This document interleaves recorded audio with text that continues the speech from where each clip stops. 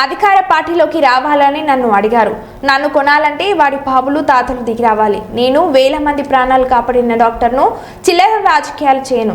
రాజకీయాలు ప్రజల కోసం చేయాలి, కమిషన్ల కోసం కాదు. నేను నా గురించి చెప్పుకుంటా, పక్కనుల గురించి చెడుగా చెప్పను. నాకు కావాల్సింది నా అక్క చెల్లెళ్ళు, నా రైతన్నలు బాగుండడం అని Korutla BRS MLA doctor Sanjay అన్నారు. ఎప్పుడైనా మంచిని మంచనాలే, చెడుని చెడనాలే. మంచిని మంచనాలే, చెడుని చెడనాలే. రాజకీయాల్లో మన అందరం బతకనికి రాలే. రాజకీయం ప్రజలకు సేవేనికి ఒక విధానం. చాలా మందికి రాజకీయాలంటే కమిషన్లు ఇచ్చుడు, పైసలు తీసుకున్నాడు. డాక్టర్ సంజయ్ అంటే నన్ను కొనాలంటే ఇప్పుడు చాలా మంది నాయకులు పార్టీ మారిండ్రమ్మా.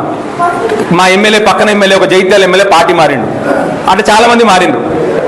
నన్ను కూడా ఒక వచ్చి అడిగిండు, మరి నీకు కూడా, మరి నువ్వు కూడా మారుతావా అంటే నేనేమన్నా తెలుసా, డాక్టర్ సంజయ్ని కొనాలంటే వాని బాబమ్మ తాతమ్మ కూడా రావాలని పలుకాలి. అది నా ధైర్యం. ఎందుకంటే నిజాయితీగా బత్త కాబట్టి. చాలా మందికి నిజాయితీ లేదు కాబట్టి భయపడి అడుగుతారు. నేను నిజాయితీగా బత్తా. మనిషికి 100 మంది ప్రాణాలు కాపాడినా నేను. మీ అందరు తెలుసుంటే డాక్టర్ సంజయ్ అంటే ఎవరు. 1000 మంది ప్రాణాలు కాపాడినా. పిచ్చి రాజకీయాలు, చిల్లర రాజకీయాలు నేను ఇప్పుడు చేయను, భవిష్యత్తులో చేయబోను. నాకు కేవలం కావాల్సిందల్లా నేను ఏ రోజు ఆ నాయకుని తిట్టి బతక. ఇప్పుడు నా గురించి చెప్పుకుంటా. నేను మంచి ఉన్నా చెడ్డున్నా మీరు నిర్ణయించాలి అంతే. నేను వేరే వాళ్ళని తిట్టుకుంటా, నా భోజనం కట్టుకోను నేను.